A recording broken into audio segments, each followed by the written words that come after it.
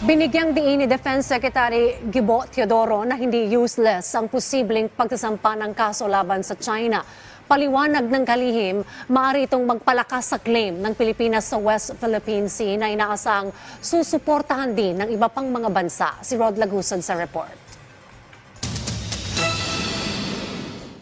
Walang karapatan ang China sa West Philippine Sea. Ito ang binigyang diin ni Defense Secretary Gilberto Teodoro kasunod ng panibagong insidente ng panggigipit ng China sa West Philippine Sea. Kaugnay nito, may tatlong bagay na tinitingang aksyon ng bansa.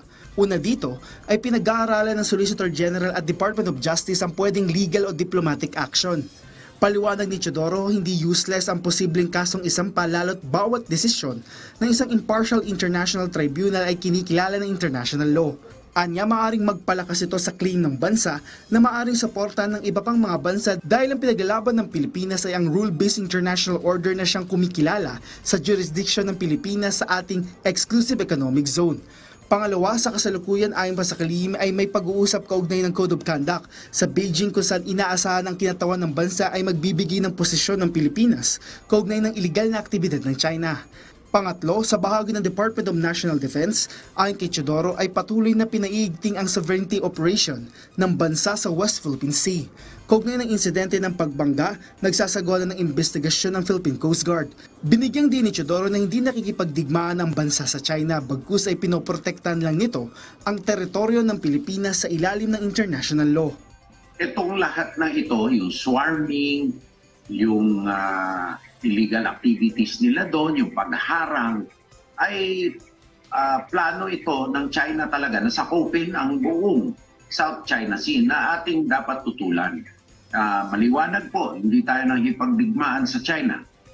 Pinoproteksyonan lang natin ang atin sa ilalim ng international law. At bawal nila pong sakupin ito at iba pong mga teritoryo na kanilang claim na taliwas po sa lahat ng norms ng international law. Dagdag niya, may mga disinformation na inilalabas ng China laban sa bansa, tulad na lang ng pagsasabing illegal ang pananatili ng Pilipinas sa lugar.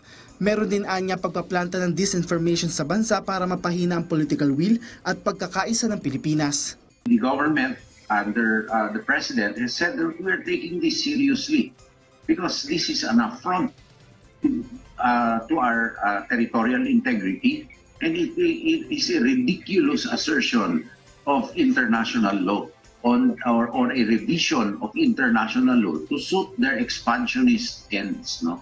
Ayon kay Teodoro, hindi tutol ang bansa sa pagkakaroon ng diplomatic talks pero kinakailangan na ito ay transparent at may pundasyon. Sa security engagements, tuloy-tuloy po ang mga proseso na nandyan na po ang mga joint exercises, joint sales, at pag-uusapan po namin dito sa defense establishment ang pag-iinting ng multilateral cooperation on freedom of navigation and sovereignty operations natin dito sa West Philippine Sea.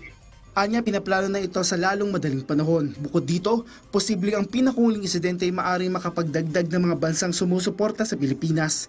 Sa huli, panawagan ni Teodoro sa mga Pilipino tumindig at magkaisa sa ginagawa ng China laban sa Pilipinas. Rod Lagusad, para sa Morning Show ng Bayan, Rise and Shine Pilipinas.